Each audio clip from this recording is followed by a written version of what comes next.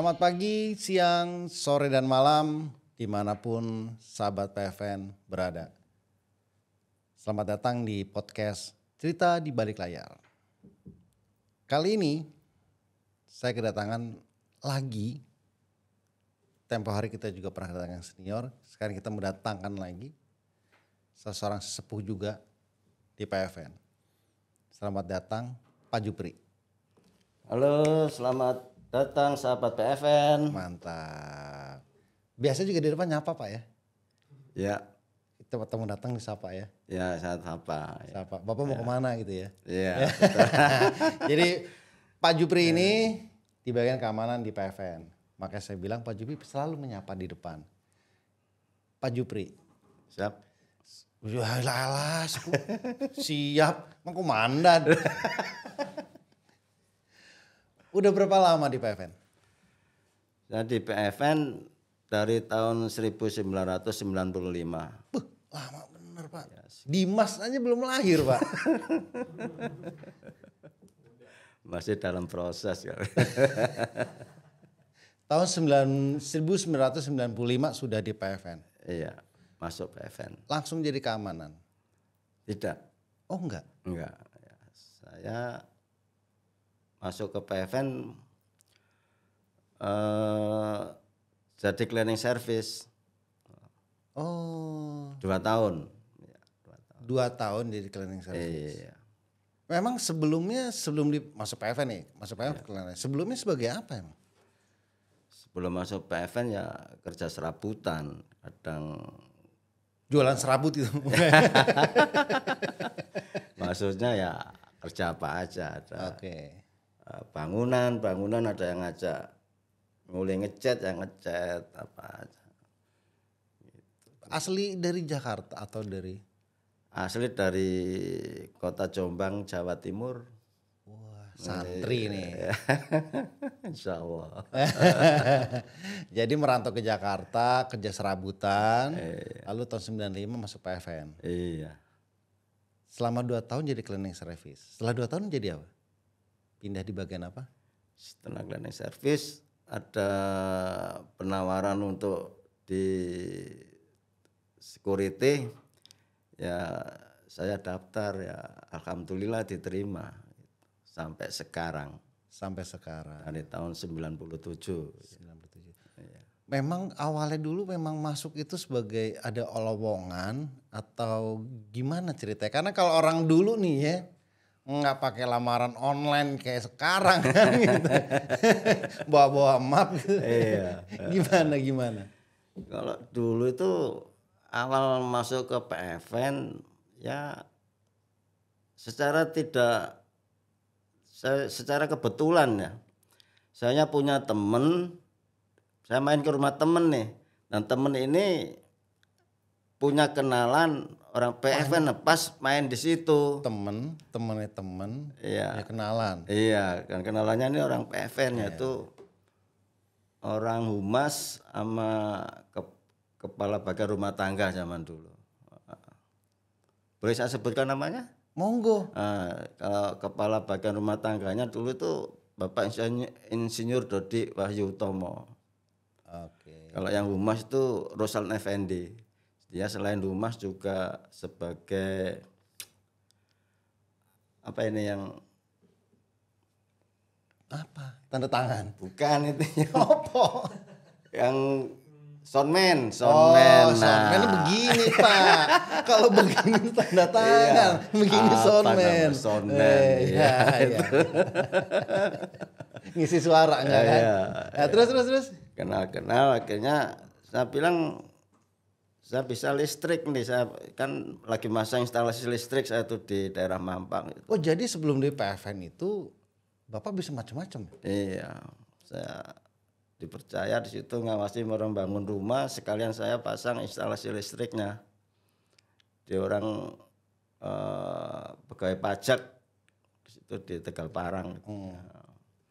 Kenal saya akhirnya main ke PFN nih. Di sana udah selesai, akhirnya saya main ke PFN tuh kan. Di situ di ruang workshop.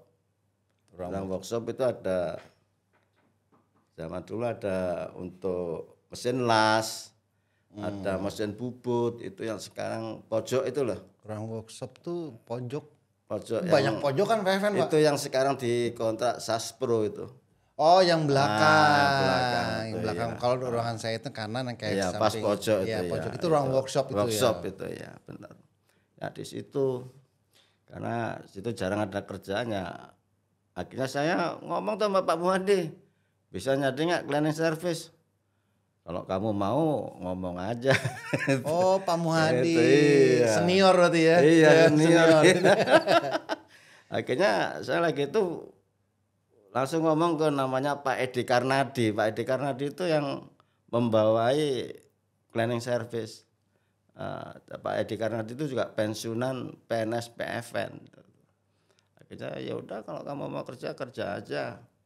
Terus gampang bener. iya, lamarannya gimana? Udah nggak usah, nggak kerja aja. Jadi selama 2 tahun ya saya di cleaning service tuh nggak pakai KTP, nggak pakai fotokopi ijazah. Ini yang penting kerja aja udah. Itu selama 2 tahun begitu ya? Iya.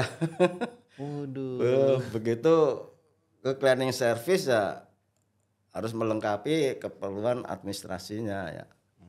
Dari daerah ya fotokopi ijazah apa segala macam semua gitu. Nah, terus beralih ke menjadi ke security. Itu ada juga tawaran atau ada tahu nyobain security gitu enggak ya? Enggak, ya ada info lah. Jupri itu ada lowongan security itu. Kalau kamu ijazahnya apa, Pri? SMA Pak, bener kamu punya ijazah SMA? Bener Pak, masa iya. Soalnya saya kan cleaning service. Iya, ya. iya. Udah kalau kamu punya ijazah kamu ajuin lamaran gitu. Waktu itu kepala rumah tangganya Pak Yujianto. Akhirnya saya bikin itu udah. Ya alhamdulillah dari dalam PFN sendiri banyak dorongan termasuk kepala bagian personalia yaitu ya Dr. Anda Suci Rahayu itu juga jadi mendorong Pak mendorong Jupri, saya, udah masuk iya. aja, daftar Iya, aja daftar gitu. aja Kelebihannya memang beda gitu ya kalau ya. cleaning service sama security itu ada perbedaan memang. Maksudnya secara jabatan atau misalkan apanya gitu, status atau gimana? Ya tentu ada lah, karena kalau cleaning service kan istilahnya gimana ya, terutama di gajinya aja kan udah beda gitu. Juga kalau udah ke security kan zaman dulu kan harapan untuk naik ke PNS kan ada. Oh, Iya. itu menjadi dasar Pak Jupri. Iya. Selain didorong kanan kiri depan belakang, Iya. mau itu karena ada kemungkinan masuk jadi Barangkali gitu kan, ada rezeki gitu. Terus masuk PNS? Waktu tahun akhir 97 itu barengan saya security kan ada 4 ditambah yang honorer di administrasi itu berapa orang, totalnya nggak salah hampir 25 orang. Itu sudah diajukan kalau nggak salah udah diajukan ke Depen itu. Oh ya, karena dulu di bawah departemen penerangan. Cuman begitu tahun 98 kan kita tahu tuh ada kejadian itu ya, kan. Nah, dan setelah 98 kan Depen dibubarkan tuh ya sama Gus Dur. Nah, itu udah akhirnya mentok aja. Jadi yang honorer administrasi udah pada keluar masing-masing aja udah semua. Ya. Tinggal security-nya yang masih bertahan. Ngejagain gedung ini ya. Seperti ya udahlah. Berarti Bapak hafal dong perubahan-perubahan gedung. Ya, alhamdulillah sering. Angkatannya siapa aja sih angkatan yang Bapak waktu 97 itu? Seangkatan saya Pak Nur, Pak Topik sama Gatot. Gatot ini terlalu kecil badannya dulu ya karena tapi dulu kan pamannya yang di sini jadi setelah waktu Pak Edi Nur tuh dipindah ke studio tapi akhirnya dia keluar begitu aja udah. Karena studio vakum ya bertahan berarti di angkatannya Bapak tinggal bertiga sampai sekarang nih. Iya. Pantesan akrab bener.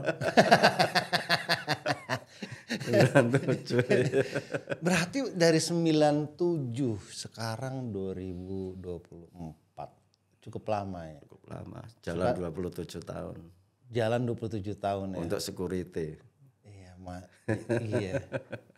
Hafal ya yang shift malam Pak ya. Iya.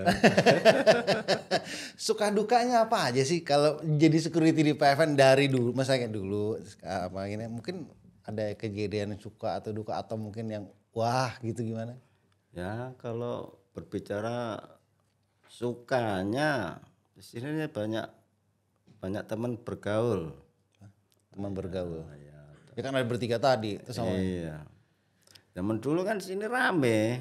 Iya dengar cerita emang karyawannya bisa ratusan. Iya, karyawannya aja ratusan, belum dari PH-PH orang-orang film itu yang dubbing itu kan mengisi suara itu kan hampir tiap malam. Ya, gimana nggak kenal ya? Masuk Iya. ketemu Pak Jupri dulu kan. Semua pasti kenal. Unyil pun masih produksi. Unyi sering nemenin di mana? Unyil, orang-orang Unyil tuh banyak yang kenal, masih kalau orang lama Unyil datang tuh masih ada yang kenal sama sekarang. Terus lab juga masih rame gitu. Labnya Laboratorium ya. masih rame, laboratorium itu. Jadi banyak kenal, banyak bergaul di situ, senang kita, banyak pengalaman kan gitu. Terus udah banyak kenalan nih kan gitu kan. Segala macam paling seneng dulu itu ketemu siapa tuh? Kan banyak tamu masuk nih. Iya. Pernah, wih ada ini nih, ada si, wah ada ini gitu. Pernah gak sih Pak? Maksudnya? Ketemu orang yang, wah Oh. gimana gitu loh. Ya seneng aja, terutama kalau ada proses-proses film gitu kita senengnya ketemu unit apa sutradaranya itu ya kan. Iya. Ya bre, mama makan pesen makan kayak. Wah itu apa? keuntungan Nah, lebih ya. itu. Nah kita dari mana? Kita kan gaji itu zaman dulu setengah UMR aja tidak ada. Zaman dulu UMR, atau iya. 97 itu ya. Ya setengah UMR aja tidak ada itu kan. UMR naik ke UMR kan udah dari 2016 ke sini di UMR kan sama waktu itu direkturnya Bu Selvi baru mengenal UMR. Sebelum itu agak pernah mengenal UMR. UMR tuh berapa nggak pernah. Setengah UMR aja nggak ada. Gitu. Tapi masih bisa misalnya bertahan di PFN gitu walaupun dulu di bawah setengah UMR segala macam dengan suka dukanya gitu kan. Mungkin sepi, sendirian malam-malam. Apa yang bikin bertahan, Pak? Ya kita terutama ya kita cintai kerjaan kita. Terutama kalau kita udah cinta dengan kerjaan kita nggak memandang hasil gaji kita yang kita terima berapa. Kita cuman harus bisa punya pandangan lain, nyari penghasilan tambahan dari luar. Wah, gitu. Ini kalau mau punya tambahan nih ya, Pak Jupri ini ya, Iya. kalau ada kartu ini, dengar-dengar ya, punya kontrakan. Bener. Ya. Karena niatan tadi Iya. sampai punya kontrakan ya. Alhamdulillah perjuangan. Perjuangan ya. Perjuangan dan doa kata Bang Roma ya. Iya jadi agak kaget juga tuh seorang Pak Iya. Jupri ini yang ceria gimana. Oh halo ya macam ternyata juragan kontrakan. Di mana kontrakan? Kali ada mau ngontrak Pak. Sejak kapan punya kontrakan dan di mana? Saya punya kontrakan itu untuk selesai semuanya itu ya tahun 2022 lah. Itu nyicil ya? Nyicil dari bawah nyicil ada kontrakan di bawah dulu udah 2-3 pintu, tapi yang satu pintu emang sengaja nggak dikontrakan buat kalau ada saudara yang dari kampung datang kan harus ada kamar gitu. Terus setelah 2000 selesai bangun yang di atas tuh saya bikin 3 pintu 3 pintu juga, tapi yang dikontrakin cuma 2 juga, karena yang satu dipakai anak saya juga. Oh, Jadi 4 yang dikontrakin gitu. alhamdulillah ya. Alhamdulillah. Ya dengan prinsip Bapak itu tadi ya. Cintailah kerjaanmu ya. Iya. Nggak cuma cinta istri aja. Itu juga. Luar biasa Pak Jupri ini loh. Jadi itu yang bisa membuat Bapak bertahan. Iya. Juga 27 tahun jalan ya Pak. 27 tahun jalan. Dukanya pernah nggak? Dukanya kalau di sini ya kadang-kadang gini dulu ya, namanya gaji kecil ya. Security itu udah 150 kalau nggak salah. Zaman dulu itu? Iya. Sekarang saya terima gaji nih 150. Buat bayar kontrakan 100. Tinggal duit 150.000. Itu kadang-kadang ya Allah, duit nih gimana ya? Ya. Itu. Saya belain pulang kerja, masuk pagi ini pulang kerja nanti jam 10 saya ngojek. Motor pun dipinjemin orang. Sampingannya itu ya zaman dulu ya. Ngojek sampai jam 1, jam 2 malam. Istri saya subuh jualan gorengan. Dikelilingin di pasar ya. Alhamdulillah dekat pasar juga. Dekat pasar. Iya, Kramat Jati. Kramat Jati. Alhamdulillah. Itu mulai saya maju itu setelah saya jualan nasi goreng. Bandar juragan nasi goreng nih. Tahun sebelum itu loh, sebelum tsunami tahun berapa itu? Tsunami itu yang Aceh. Iya, sebelum tsunami itu. Saya mulai jualan nasi goreng itu. Itu pun juga merangkak saya jualan nasi goreng itu. Karena nggak punya modal. Pelan-pelan. Pelan-pelan. Saya ngelihat ada nganggur di gudang belakang lab dulu tuh. Saya tanya orang lab, ini bukan punyanya lab, Bre. Ini punyanya orang teknik. Saya ketemuin orang tekniknya. Mas, itu rak dipakai enggak? Enggak, emang kenapa, Bre?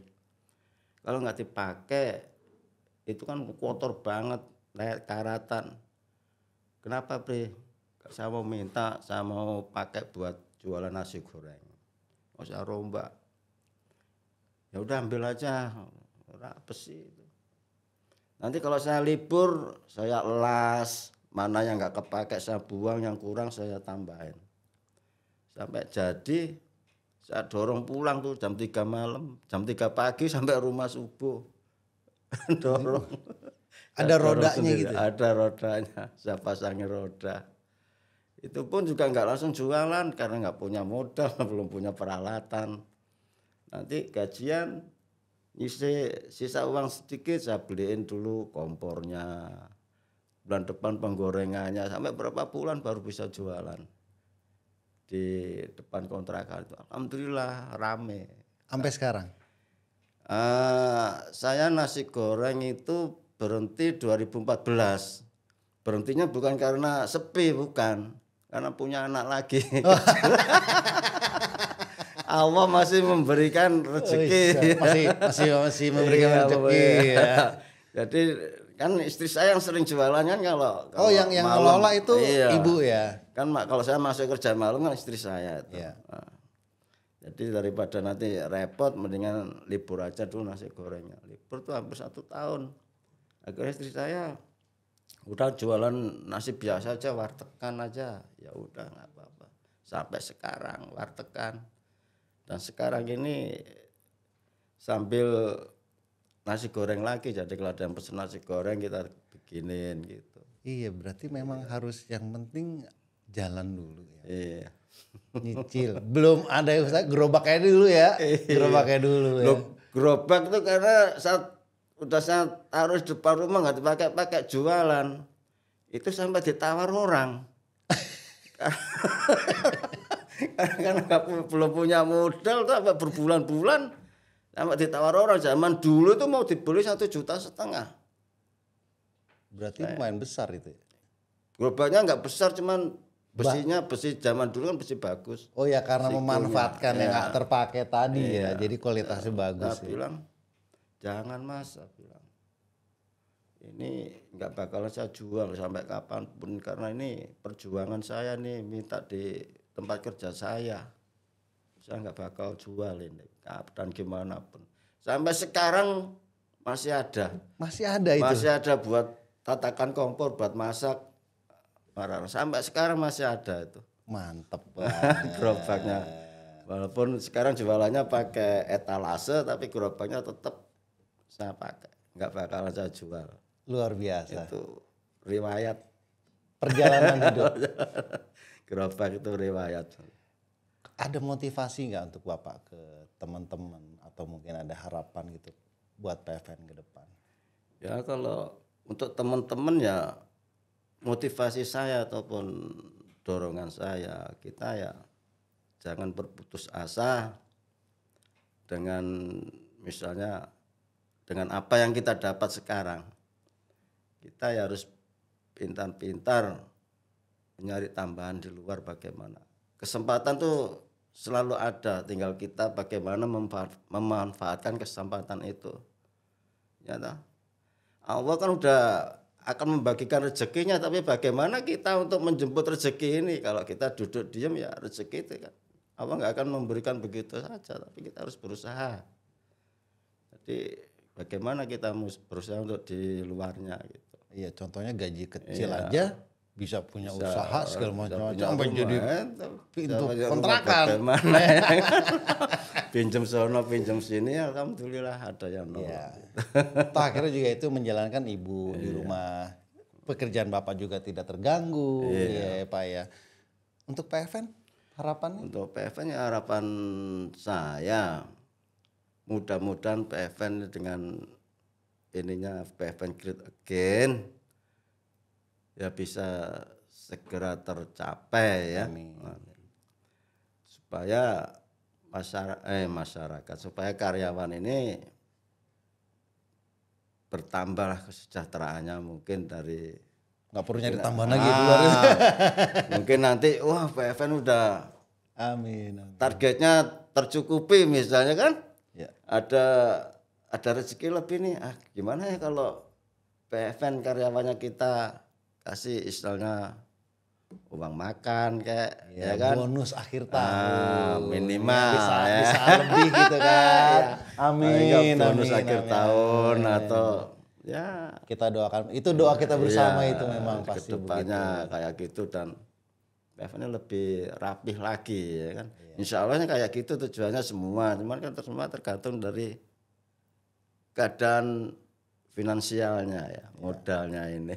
Ya memang Pak Dirut sekarang juga pelan-pelan memperbaiki, merapikan ruangannya. Sekarang sudah kelihatan lah ya Pak dibanding dengan 2-3 tahun yang lalu. Alhamdulillah. Lebih baik. Ya. Jaga juga lebih enak ya kan. Jalanannya aspal. Temboknya udah berwarna ya. Nggak kusem. Oke Pak Jupri, terima kasih. Saya sudah nyulik Pak Jupri dari pos security di depan. Udah ngeluangin waktu untuk kita ngobrol-ngobrol ketawa-ketawa berbagi sari dengan. Saya juga mengapresiasi Bapak tadi sih. Bahwa hidup itu memang ini dijalani mencintai. Allah juga akan memberikan rezekinya kalau kita memang mensyukuri. Iya. Saya salut sama Pak Jupri. Teman-teman, mungkin ini pelajaran dari senior kita yang hidupnya lebih dulu dari kita gitu kan. Untuk menjadi catatan dan menjadi sebuah pelajaran dan menjadi sebuah inspirasi mungkin, insya Allah. Kita sudah di penghujung acara, mari kita berpikir, semoga kita bisa mencintai apa yang kita lakukan sekarang, apa yang dikerjakan sekarang, dan apa yang menjadi rezeki depan, semoga semua dilancarkan. Untuk ruang podcast, teman-teman bisa kolaborasi, kontak ke Mas Ilham, karena ini kita juga kolaborasi antar PFN dengan Vito Indonesia. Sampai ketemu Pak Jupri. Siap ya Allah. Pak, gue bukan komandan gue Pak. Udah dulu lah. Terima kasih. Sampai jumpa. Terima kasih. Sampai jumpa.